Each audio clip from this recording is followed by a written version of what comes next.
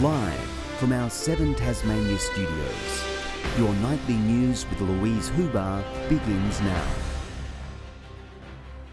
Good evening, everyone. First tonight, a Tasmanian solar contractor has criticised the fine print in a government energy scheme which requires all businesses to obtain a costly certification. There's concerns the requirement has left a large portion of small local operators behind and out of pocket who could otherwise benefit from the initiative. Battling through an uncertain time in the energy sector, Adrian Luke was excited at the prospect of growing business on his books. We signed up and was told it was all good to go. We started pushing clients through the program and only to have our applications rejected. And we've had to go back at great cost and say to those clients, no, you cannot use your Tasmanian solar installer of choice. The Tasmanian contractor is feeling shut out by the government's Energy Loan Saver program, which needs installers to be Clean Energy Council certified, a requirement Mr Luke argues doesn't improve customer protection. It can cost anywhere up to $6,000 a year to maintain that accreditation, but this is the thing I'd like to point out. There is not one single additional consumer guarantee for clients who partake from retailers who have got that tick. The opposition also hitting out at the incentive. There are 122 solar energy installers in Tasmania. The government's program is only providing for around 12 companies, about 24 installers. But the Energy Minister has rubbished those claims, pointing to protecting Tasmanian consumers as a key priority. Also noting early results show local businesses are receiving most of the work in the state. It's an important part of reducing the cost of living for everyday Tasmanians. The most recent Clean Energy report shows more than 44,000 homes and businesses in Tasmania have a solar system, which accounts for around 18% of the state's households. We're potentially losing hundreds of thousands of dollars. And look, hopefully it's just been an inadvertent error from the Minister, and hopefully he's got the wisdom and the courage to reverse this decision. Grace Evans, 7 Tasmania News. Meanwhile, the Tasmanian Liberals have selected 2 high-profile members for upcoming Legislative Council elections.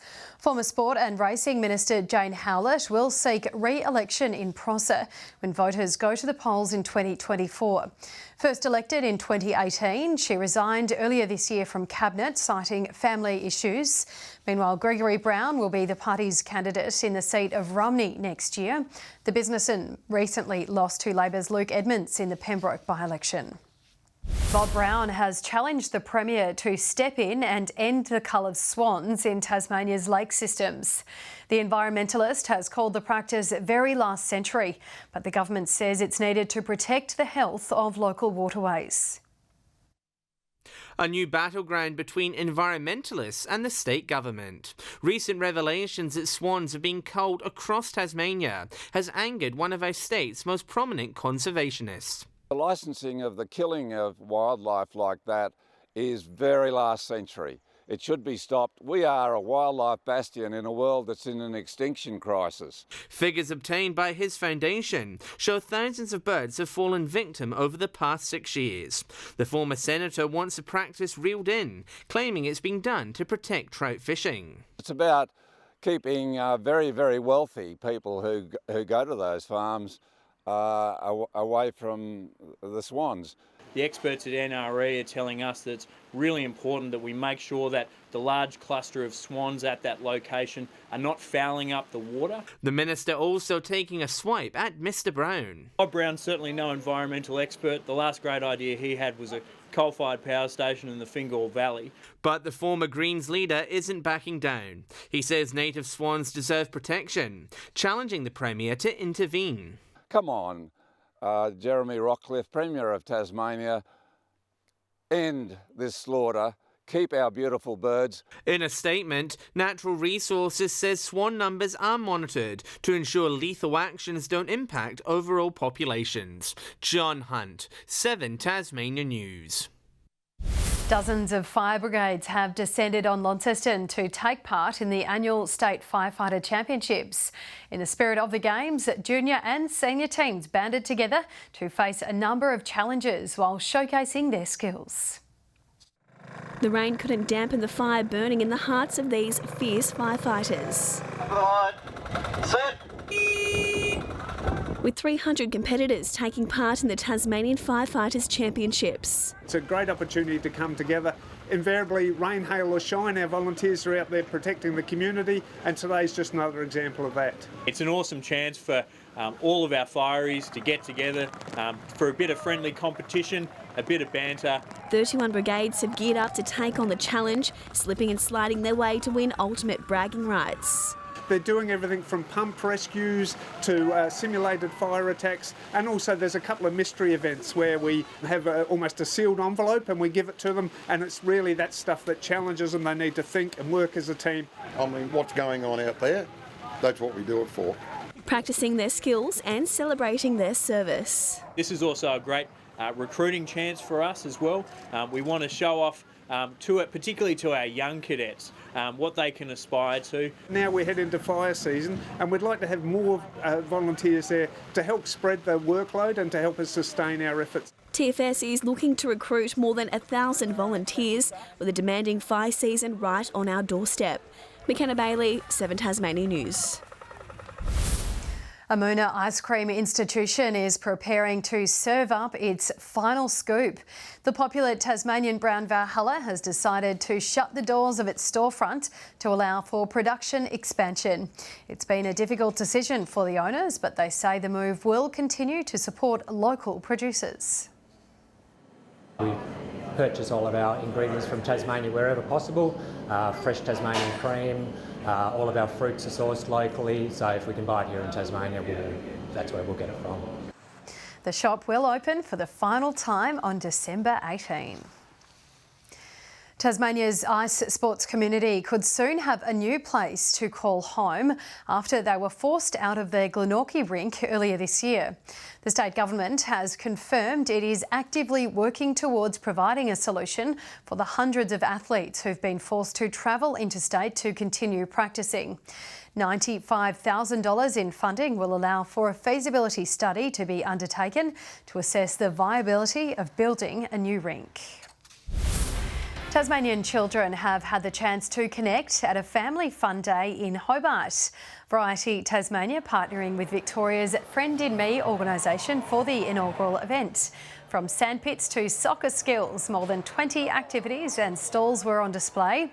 The event also promoting inclusion, with research showing 1 in 6 Australian children face social exclusion. Variety's ambition and mission is to encourage inclusive participation for children of all ages and all abilities.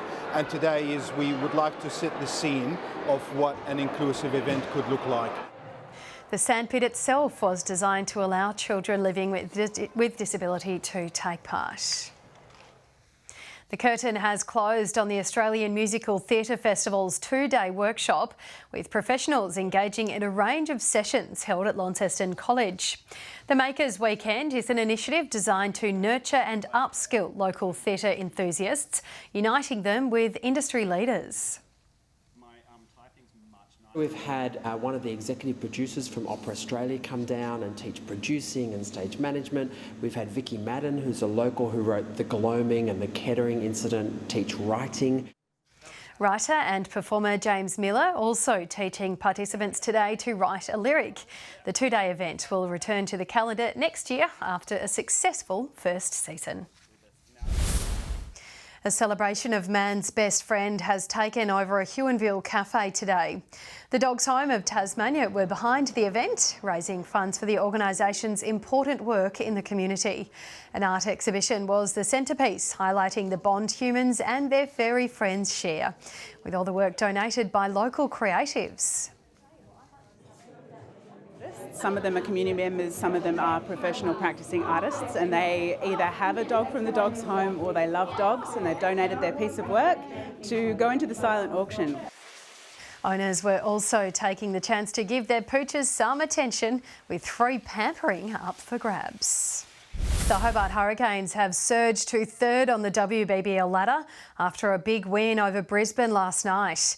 In a weather-affected match, Proteas duo Mignon Dupree and Lizelle Lee starred as they chased down the total with 3 balls to spare. The Hurricanes weren't the biggest storm in Adelaide last night, with wild weather delaying the game for around an hour. Reduced to 13 overs, Hobart wasted no time getting stuck into the heat. And takes on Strano, it sticks in the right hand, and she's out for a golden duck. The Heat fell to 3 for 18, with Danielle Wyatt and Amelia Kerr both falling cheaply. But like the last time they met, Laura Harris helped steady the ship. And now goes offside and clears mid-off, and swings and finds a gap at catching heights. She and Grace Harris producing a vital 49-run partnership, the Heat eventually setting a target of 101. In reply, the Canes started brightly until a horror mix-up saw Ruth Johnston run out for 6. South African teammates Lizelle Lee and Minion Dupree, however, took a liking to the Heat bowlers, helping Hobart take control. Dupree knows it and strikes it so beautifully. Straight down the ground for 6. Lee reached 24 before holing out in the deep, while Heather Graham made a 3-ball duck. Veteran Elise Villani providing some vital quick-fire runs near the end to seal an important win. The Cane train gaining speed at the right time of the year. John Hunt, 7 Tasmania News. Meanwhile, rain has blighted day 2 of Tasmania's Sheffield Shield clash against New South Wales. Just 7 overs were bowled at Blunston Arena today. The covers were put on at around 11 a.m. with stumps called this afternoon. In their brief time on the field, the Tigers were eventually bowled out for 333. New South Wales will resume their innings tomorrow at none for 15. Good evening. Flinders Island was the state's top at 21 today. Hobart and Devonport 13, 14 in Launceston and Burnie 15. King Island 19, 17 at Smithton, Bushy Park, Grove, Friendly Beaches and Lowhead all reached 13 and 9 in Lyowini. Widespread low and middle level cloud covered the state today, while a band of cloud with a few embedded thunderstorms extends from the Northern Territory down the east coast and into Tasmania. And another band of cloud extends from central South Australia into WA. Tomorrow, a low complex moves away from Tasmania with an associated trough extending over the state, and another trough crosses over the eastern and northern parts of the country. West to southwesterly winds of 20 to 30 knots, reaching 35 knots in the north and lower east. There's a gale wind warning for the central north coast, east of Flinders Island and the lower east coast, and a strong wind warning for the rest of the state. A moderate flood warning has been issued for the Macquarie and South Esk rivers. There's a flood watch for the northwest, north and northeast catchments, and an initial minor flood warning for the Meander and North Esk rivers. Rain in Hobart and ooze tomorrow, Dover 17. Rain easing later in the day in Launceston, Devonport 20 and 18 in Scottsdale. Showers in Burnie, Strawn 17 and showers easing and windy at Stanley. St Helens 18, rain in Swansea and 16 at Ross. And tomorrow's UV sits at very high 8s across the state. Statewide showers on Tuesday with possible hail and snowfall above 700 metres, while showers on Wednesday more likely about the northwest with patchy morning frost, and Thursday light showers across the state with patchy morning frost. 32 in Cairns tomorrow, Sydney a shower or 2, 20 in Melbourne and sunny and 26 in Perth. And Hazen 14 in Hobart right now, Launceston 16 and also 16 and cloudy in Devonport. And Lou, it looks like that rain is here to stay for a few more days yet. Certainly a week of indoor weather. Thank you for that, Vic. That's all your news for now. Thank you for joining us. Have a lovely evening and drive carefully on the roads. Good night.